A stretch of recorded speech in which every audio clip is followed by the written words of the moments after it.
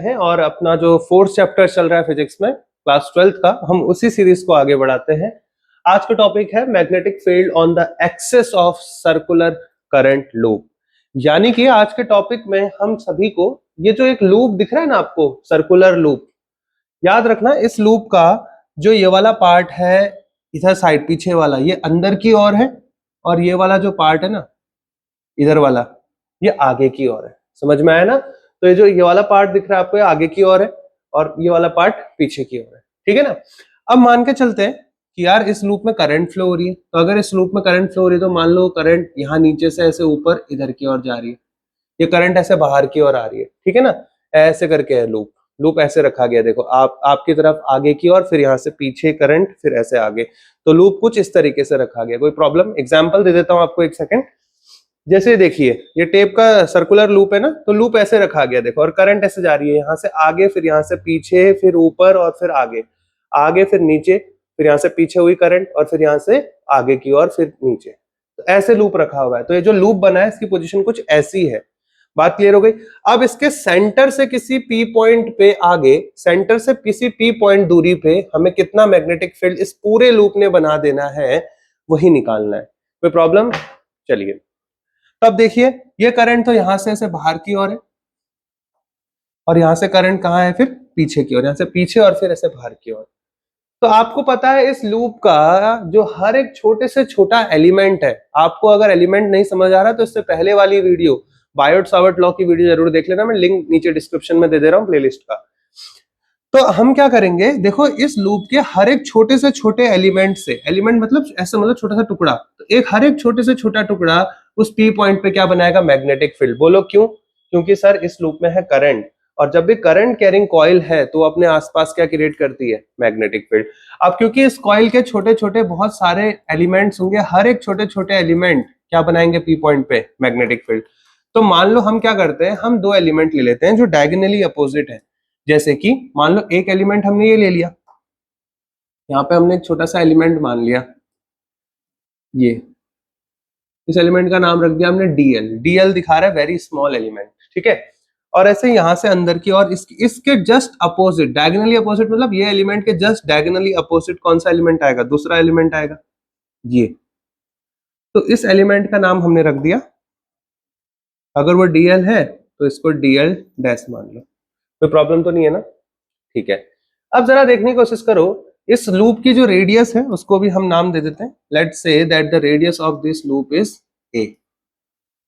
ये हो गई इस लूप की रेडियस। कोई प्रॉब्लम? और ये जो पॉइंट P है वो किसी x दूरी पे लोकेटेड है, x डिस्टेंस पे, सेंटर से x डिस्टेंस पे पॉइंट P है। इस सेंटर से इधर से यहां तक, और ऐसे ही सेम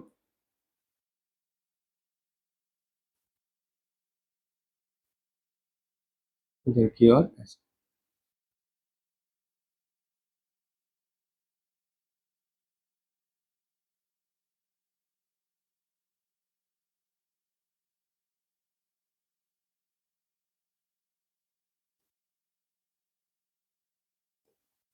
समझ में आ गया? ये रही वो सेंटर से x डिस्टेंस जहां तक P पॉइंट की दूरी है। अब ध्यान से देखो, आपको पता है जो डीएल एलिमेंट है जो आपने लिया है उसकी डायरेक्शन हमें माननी पड़ती है, क्योंकि बायोट सावर्ट का जो फॉर्मूला है, अगर आपने बायोट सावर्ट लॉ पढ़ा है मेरे से तो आपको पता होगा सर, जो डीबी होता है, जो स्मॉल मैग्नेटिक फील्ड इस छोटे से एलिमेंट से पी पॉइंट पे बनेगा, वो कितना होता है? तो ये था mu naught upon 4 pi I D L sine theta upon R square. अब आप बोलोगे सर ये आर स्क्वायर कहां से आया? तो समझो, इस एलिमेंट से इस पी पॉइंट की जो डिस्टेंस होगी उसी को हम आर से डिनोट करते हैं, जो पोजीशन वेक्टर है, जो डीएल की पोजीशन उस पी पॉइंट के रिस्पेक्ट में बता रहा है। तो एक काम करते हैं, डीएल से पी पॉइंट को मिलाने वाली एक लाइन ड्रॉ करते हैं, जिसका नाम हम क्या रख देते हैं? R vector. समझ में आ गई बात? This is the position vector R vector. तो यही वो दूरी है जिसे हमें कैलकुलेट करना होगा। कोई प्रॉब्लम तो नहीं ना यहां तक किसी को भी? अब ऐसे ही देखो, जैसे ये आर वेक्टर इसकी पोजीशन बता रहा है, ऐसे नीचे जो डीएल डैश एलिमेंट है उसकी भी तो पोजीशन बतानी पड़ेगी हमें। तो ये वाली जो पोजीशन है, ये भी सेम डिस्टेंस है दोनों, तो अगर वो आर वेक्टर है तो ये भी आर वेक्टर होगा। आर वेक्टर क्या बता रहा है, इस डीएल डैश एलिमेंट के डिस्टेंस पी पॉइंट से, और ऊपर वाला आर वेक्टर बता रहा है इस डीएल एलिमेंट के डिस्टेंस इस पी पॉइंट से। क्लियर हो गया ना।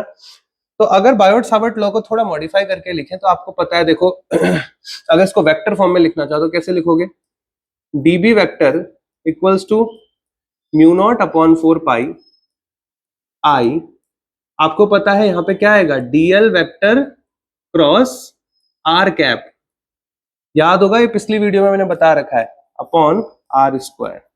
ये क्या बता दिया सर आपने, जो मैग्नेटिक फील्ड की डायरेक्शन है वो डीएल क्रॉस आर की डायरेक्शन के अकॉर्डिंग ली जाएगी। और मैंने आपको क्रॉस प्रोडक्ट में डायरेक्शन निकालना बताया था, पहले वेक्टर की ओर अपने फिंगर करो और उसे दूसरे वेक्टर की ओर घुमा दो, समझ में आ गया। तो जो थंब की डायरेक्शन आएगी उस समय वही डायरेक्शन आपको थर्ड वेक्टर यानी डीबी वेक्टर के बारे में बताएगी। जैसे यहाँ पे 3 वेक्टर है, अगर आप देख पाओ, पहला वेक्टर है डीएल वेक्टर, दूसरा है आर कैप और तीसरा है डीबी वेक्टर। तो अब जब डीएल और आर कैप का प्रोडक्ट करोगे ना, क्रॉस प्रोडक्ट करोगे, तो जो डायरेक्शन आएगी उनसे वही डायरेक्शन डीबी की होगी। और डायरेक्शन कैसे निकालते हैं, जैसे पहला वेक्टर है यहाँ पे कौन सा है आपका डीएल, तो डीएल क्रॉस आर करना है तो डीएल की ओर अपनी फिंगर रखना, जैसे यहाँ से डीएल किधर की ओर है, बाहर की ओर है। अब ऐसे में समझना डीएल लेफ्ट की ओर है, एक्चुअल में अगर आप इसको देखोगे कॉइल है तो यहाँ से मैग्नेटिक फील्ड बाहर की ओर है, यानी आप अपने फिंगर को बाहर की ओर रखोगे और फिंगर्स को किधर की ओर घुमाओगे, सेकंड वेक्टर आर की ओर। तो जो थंब होगा वो आपको मैग्नेटिक फील्ड की डायरेक्शन बताएगा। समझ में आ गई बात। ये हो गया इसका वेक्टर रिप्रेजेंटेशन। अब जरा देखो, अब इसकी डायरेक्शन निकालने की हम जरा कोशिश करते हैं, इसको समझने का प्रॉपर ध्यान से देखना। मुझे बताओ डीएल की डायरेक्शन तो बाहर है और आर की डायरेक्शन नीचे की ओर है, तो आप क्या करो, डीएल की ओर अपनी फिंगर ले जाओ और फिंगर्स को किधर की ओर घुमाओ, आर की ओर। आर किधर है, नीचे, तो फिंगर्स को भी ऐसे तिरछा घुमाओ, तो आपका थंब किधर आ रहा है, इधर की ओर ऊपर, ऐसे ऊपर आ रहा है, राइट। दोबारा बताता हूं, देखो डीएल बाहर है लेकिन आर नीचे की ओर है, तो फिंगर को भी ऐसे नीचे की ओर घुमाओगे। जब इस फिंगर को नीचे घुमाओगे तो देखो थंब किधर आ रहा है, ऐसे ऊपर आ रहा है। समझ में आई बात मेरी। तो ये डायरेक्शन किसकी आएगी बेटा, तो आप बोलोगे sir this is the direction of the magnetic field due to the DL element. कोई प्रॉब्लम यहां तक, मुझे नहीं लगता यहां तक किसी की प्रॉब्लम है। और आपको ये भी पता था जब क्रॉस प्रोडक्ट करते हैं किसी दो वेक्टर्स का, जैसे DL vector cross R cap, तो जब भी दो वेक्टर का क्रॉस प्रोडक्ट करते हैं तो जो तीसरा वेक्टर आता है वो इन दोनों वेक्टर के हमेशा परपेंडिकुलर होता है। यानी यहाँ पे जो एंगल बनेगा, यहाँ पे जो एंगल बन रहा है वो कितना बन रहा है, 90 डिग्री। समझ में आ गया ना। ऐसे ही देखो डीएल डैश क्रॉस आर करो नीचे से, तो डीएल डैश की डायरेक्शन अंदर है और आर ऊपर की ओर है, तो फिंगर्स को ऐसे घुमाओ, देखो थंब कहाँ जा रहा है आपका, नीचे की ओर। समझ में आया ना। देखो डीएल अंदर है, आर कैप की ओर अपना फिंगर्स मोड़ो, तो देखो थंब नीचे की ओर डायरेक्शन दिखा रहा है, यानी कि यहां से जो मैग्नेटिक फील्ड बनेगा वो नीचे की ओर बनेगा। यहां तो कोई प्रॉब्लम तो नहीं है। इसमें एक चीज का बड़ा ध्यान रखना, एक सेकंड थोड़ा सा, हाँ ठीक है छोड़ो। अब मुझे एक बात बताओ, यहाँ पे जो पी पॉइंट पे मैग्नेटिक फील्ड बना डीएल एलिमेंट की वजह से वो कितना बनेगा, तो आप बोलोगे सर ये मैग्नेटिक फील्ड होगा डीबी, क्योंकि एलिमेंट भी छोटा लिया तो मैग्नेटिक फील्ड भी डीबी बना। अच्छा यहाँ एलिमेंट डीएल डैश है, तो ये कितना मैग्नेटिक फील्ड बनाएगा यहाँ पे, तो आप बोलोगे सर ये बनाएगा डीबी डैश। क्लियर हो गई यहाँ तक की बात, मुझे उम्मीद है यहाँ तक आपको बात समझ में आ रही है। अब देखो यहाँ पे मैग्नेटिक फील्ड अगर इधर की ओर है तो इसके दो कंपोनेंट्स होते हैं, एक हॉरिजॉन्टल कंपोनेंट, एक वर्टिकल। हम कंपोनेंट क्यों निकाल रहे हैं यहाँ पे, हम कंपोनेंट इसलिए निकाल रहे हैं ताकि हमें पता चल सके कि डीबी के कौन से कंपोनेंट तो मैग्नेटिक फील्ड पी पॉइंट पे बनाने के लिए रिस्पॉन्सिबल है और कौन से कंपोनेंट रिस्पॉन्सिबल नहीं है। तो देखना पड़ेगा हमें कंपोनेंट्स को। तो कंपोनेंट्स बनाना है तो क्या करना होता है, ध्यान से देखना आप इस बात को। एक तो देखो यहाँ पे आएगा आपका वर्टिकल कंपोनेंट, इसका कलर चेंज कर लेते हैं दूसरे वाले का ताकि एक डिफरेंस हम बना पाए इन पे। इसको पिंक से दिखा देते हैं। अब देखना बच्चों, एक तो हमेशा होगा एक हॉरिजॉन्टल कंपोनेंट और एक होता है हमेशा वर्टिकल कंपोनेंट। ये बात आप बेहतरीन तरीके से जानते हैं बेसिक वेक्टर क्लास 11th। ठीक है, तो डीबी डैश के दो कंपोनेंट है, एक वर्टिकल एक हॉरिजॉन्टल, और डीबी के भी दो कंपोनेंट है, एक हॉरिजॉन्टल और एक वर्टिकल। देखो डीबी और डीबी डैश के हॉरिजॉन्टल कंपोनेंट दोनों एक ही लाइन के ऊपर आ रहे हैं। ठीक है, अब इसको कंपोनेंट से रिजॉल्व करेंगे। ध्यान से देखना, मुझे बताओ अगर ये एंगल फाई है तो क्या नीचे वाला भी फाई होगा।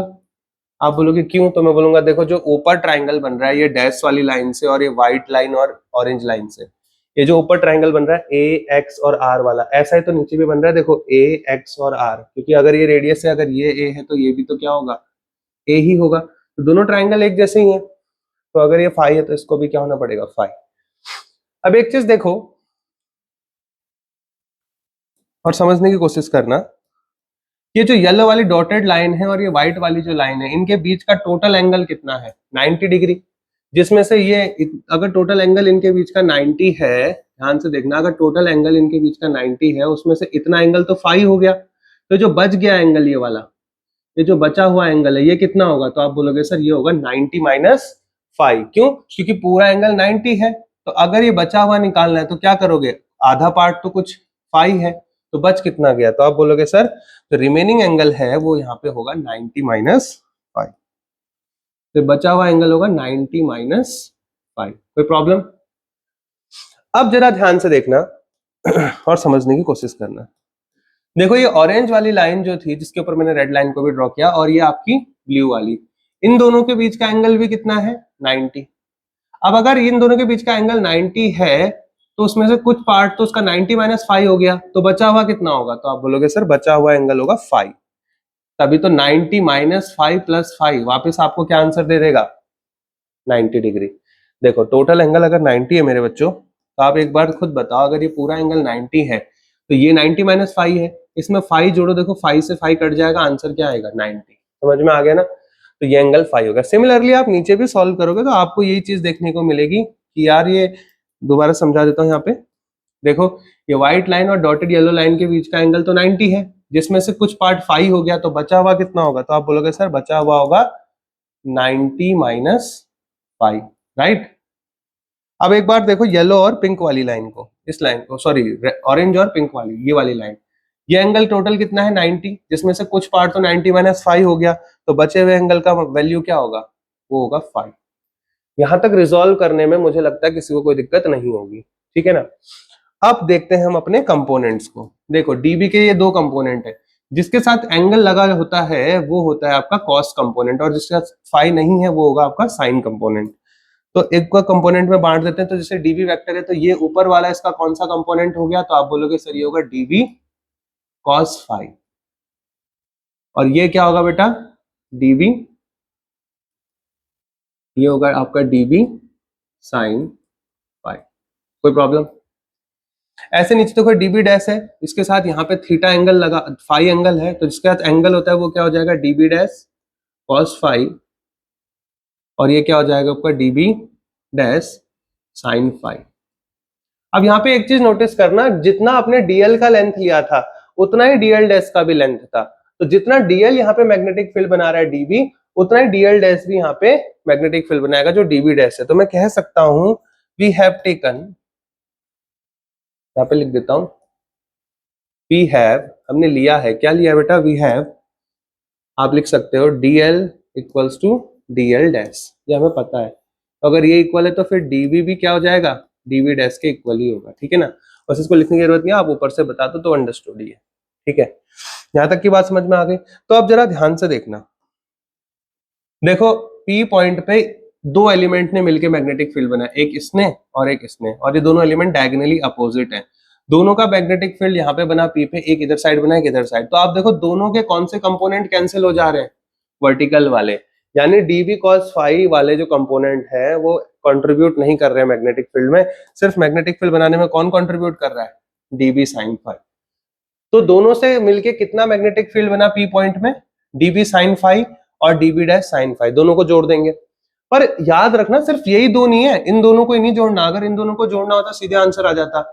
सिर्फ दो ही थोड़ी ना एलिमेंट होंगे, जरा कॉइल देखो, कॉइल के कितने एलिमेंट होंगे, एक एलिमेंट यहाँ पे ले लो तो अगला कहाँ लेना पड़ेगा, यहाँ पे, फिर एक यहाँ ले लोगे तो अगला फिर यहाँ पे, ऐसे कितने होंगे छोटे छोटे एलिमेंट। तो आप बोलोगे सर ये तो इनफाइनाइट एलिमेंट होंगे, तो यहाँ पे भी कितने इनफाइनाइट आएंगे, कितने डीबी साइन फाई आएंगे, इनफाइनाइट डीबी साइन फाई आएंगे, दो से मिलके दो डीबी साइन फाई। ऐसे कोई भी दो अलग से एलिमेंट ले लो, फिर उनसे जो है यहाँ पे मैग्नेटिक फील्ड निकालो, तो ऐसे कितने डीएल डीएल डीएल होंगे, इनफाइनाइट। तो ऐसे कितने डीबी साइन फाई आएंगे आपके पास, इनफाइनाइट।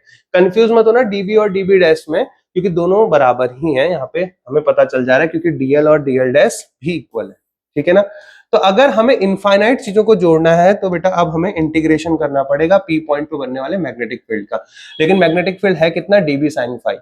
तो किसी एक को ले लो, डीबी साइन फाइव का इंटीग्रेशन कर दो तो टोटल मैग्नेटिक फील्ड आपको मिल जाएगा। तो अगर आपको टोटल मैग्नेटिक फील्ड बी निकालना है तो आप क्या करोगे, इंटीग्रेशन ऑफ म्यू नॉट, अच्छा कौन सा मैग्नेटिक फील्ड लेंगे, डीबी साइन फाइव, इसका इंटीग्रेशन कर दो आप। अब आपको डीबी का वैल्यू पता ही है। देखो आप मुझे बताओ, डीएल वेक्टर बाहर है और आर वेक्टर इधर है। देखो डीएल इधर नहीं है, वो आप प्लेन में बना रखा है इसलिए कंफ्यूज होते हैं बच्चे।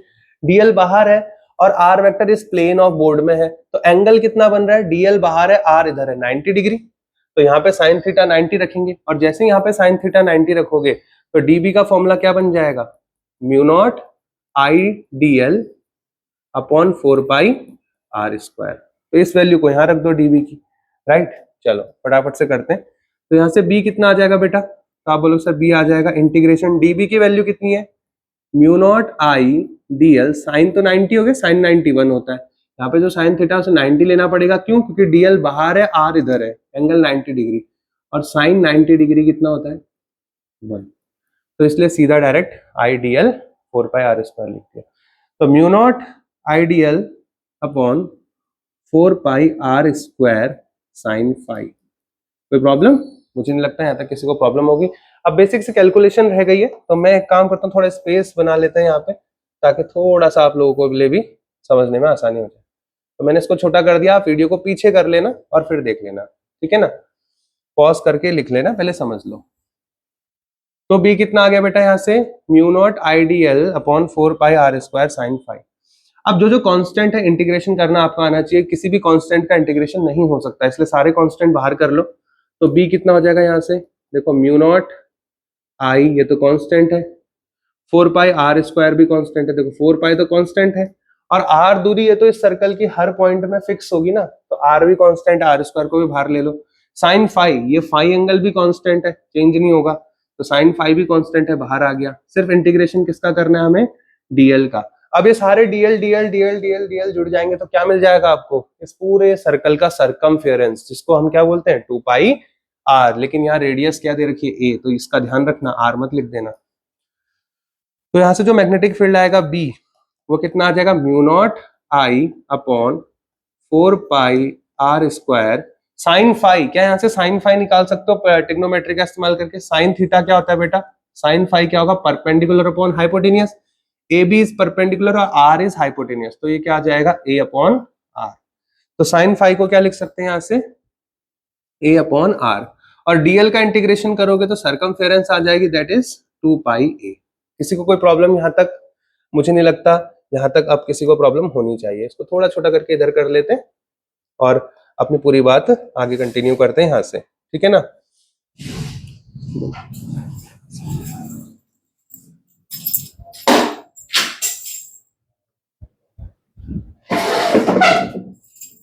सॉरी, इसको बंद ही कर दो।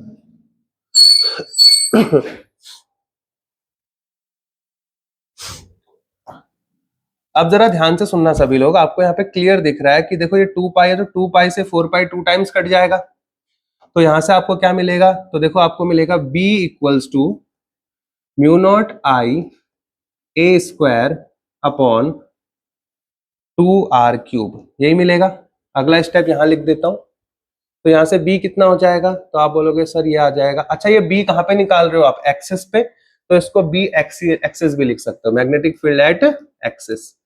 तो b एक्सिस कितना हो जाएगा, ये हो जाएगा mu naught I A square upon 2, r निकालना है। देखो r को क्या लिख सकते हो पाइथागोरस से, r हाइपोटेनस है, तो हाइपोटेनस क्या होता है, हाइपोटेनस का स्क्वायर क्या होता है आपको पता है, r स्क्वायर क्या हो जाएगा, perpendicular square plus base square. तो यहाँ से r क्या आ जाएगा, अंडर रूट ए स्क्वायर प्लस एक्स स्क्वायर, और क्या लिख सकते हो, अंडर रूट हटेगा तो पावर 1/2, तो r को ये लिख सकते हैं। तो यहाँ रख देते हैं r का वैल्यू, 2 की जगह 2 है, r कितना है बेटा आपका, ए स्क्वायर प्लस एक्स स्क्वायर की पावर 1/2, और इनटू में 3 है, तो 3 इंटू 1/2 दैट इज 3/2। तो एक्सिस पे आने वाला मैग्नेटिक फील्ड इतना होता है, ये आपको याद होना चाहिए। एक्सिस पे बनने वाला मैग्नेटिक फील्ड का वैल्यू ये रहता है, that is mu naught I A square upon 2 A square plus X square की पावर 3/2। ये इतना मैग्नेटिक फील्ड है जो कहां पे बन रहा है, इस पी पॉइंट पे बन रहा है। इसको थोड़ा जूम कर लेते हैं। तो इस पी पॉइंट पे बन रहा है इतना मैग्नेटिक फील्ड, ठीक है। अब एक बात ध्यान से सुनना, पी पॉइंट पे कितना मैग्नेटिक फील्ड बन रहा है अभी आपने निकाला, मैं यहाँ पे लिख भी देता हूँ कितना बन रहा है बेटा। तो यहाँ पे अभी हमने निकाला B equals to mu naught I A square upon 2 A square plus X square की पावर 3/2। अच्छा, इतना तो बन ही रहा है पी पॉइंट पे बनने वाला मैग्नेटिक फील्ड, बट इसकी डायरेक्शन क्या होगी। तो आप देखो ऊपर नीचे वाले मैग्नेटिक फील्ड तो कट जा रहे हैं, तो सारे मैग्नेटिक फील्ड किधर की ओर आ रहे हैं, DB sine phi DB sine phi. तो डायरेक्शन किधर होगी नेट मैग्नेटिक फील्ड की, इधर की ओर होगी, ठीक है। तो दिखा दो सारा मैग्नेटिक फील्ड किधर आ रहा है, DB sine phi DB sine phi DB sine phi. तो डायरेक्शन इधर ही तो होगी मैग्नेटिक फील्ड की। तो जो नेट मैग्नेटिक फील्ड बन रहा है उसकी जो डायरेक्शन है वो किधर की ओर है, इधर की। फाइनल मैग्नेटिक फील्ड, जिसको हम लिख सकते हैं बोल्ड लेटर्स में, जो फाइनल मैग्नेटिक फील्ड है बी वेक्टर, उसकी डायरेक्शन इधर की ओर है। कोई प्रॉब्लम तो नहीं है किसी को। अगर आप कंफ्यूज हो रहे हो तो आप एक तरीके से चेक भी कर सकते हो कि क्या फाइनली मैग्नेटिक फील्ड यहीं आएगा। तो राइट हैंड थंब रूल मैंने आपको पढ़ाया था, करंट की डायरेक्शन के अलोंग अगर आप अपने फिंगर को कर्ल करोगे तो जो थंब होगा वो मैग्नेटिक फील्ड की डायरेक्शन बताएगा। अब देखो करंट यहां से तो बाहर आ रहा है ऊपर वाले पार्ट से, और नीचे वाले पार्ट से अंदर जा रहा है। तो एक काम करो, फिंगर को कर्ल करो बाहर की ओर और नीचे की ओर। तो ये हो गया फिंगर की कर्ल, जिधर करंट है उधर ही की ओर फिंगर को घुमा रहे हैं। तो थंब किधर है, इधर। तो देखो मैग्नेटिक फील्ड भी किधर आ रहा है, इधर ही क्यों आ रहा है। इसका मतलब ये प्रूव भी हो गया कि हमने जो डायरेक्शन मैग्नेटिक फील्ड की सही फाइंड करी है, ठीक है ना। It is the correct direction of the resultant magnetic field that is formed at the point P and this point is at axis. ये पॉइंट कहां पे है बच्चे, ये पॉइंट है एक्सिस, इस रिंग के, इस सर्कुलर रिंग के एक्सिस में मौजूद है ये पॉइंट P, जिसका फॉर्मूला हमने अभी अभी निकाला, जो कितना आ रहा था, mu naught I A square upon 2 bracket A square plus X square की पावर 3/2। क्या सर इस कॉइल के सेंटर पे भी मैग्नेटिक फील्ड बनता होगा क्या, बनता होगा। सोचो, एक बात बताओ मुझे, अगर इस कॉइल के सेंटर पे मुझे मैग्नेटिक फील्ड चाहिए, बड़े ध्यान से सुनना हाँ बात को, अगर इस कॉइल के सेंटर पे मैग्नेटिक फील्ड चाहिए तो यार ये पी पॉइंट अब यहां थोड़ी होगा, वो कहां होगा, ये पॉइंट पे तो सेंटर पे आ जाएगा। जब पी पॉइंट सेंटर पे आ जाएगा तो एक्स डिस्टेंस कितनी रह जाएगी, खत्म हो जाएगी एक्स डिस्टेंस, क्योंकि एक्स डिस्टेंस क्या है, सेंटर से इस पी पॉइंट की दूरी। अब अगर आपको सेंटर पे चाहिए तो पी पॉइंट को यहां थोड़ी मानोगे, पी पॉइंट वहां मानोगे जहां पे निकालना है। तो आपको तो सेंटर पे निकालना है, तो पी पॉइंट तो यहां आ जाएगा। अब जब पी पॉइंट यहाँ पे है बेटा, तो मुझे बताओ एक्स की दूरी कितनी हो जाएगी, 0। तो अभी जो आपने फॉर्मूला बनाया ना बच्चे, ये वाला, ये तो एक्सियल के लिए था फॉर्मूला। ये मैग्नेटिक फील्ड किसके लिए है, एक्सियल के लिए।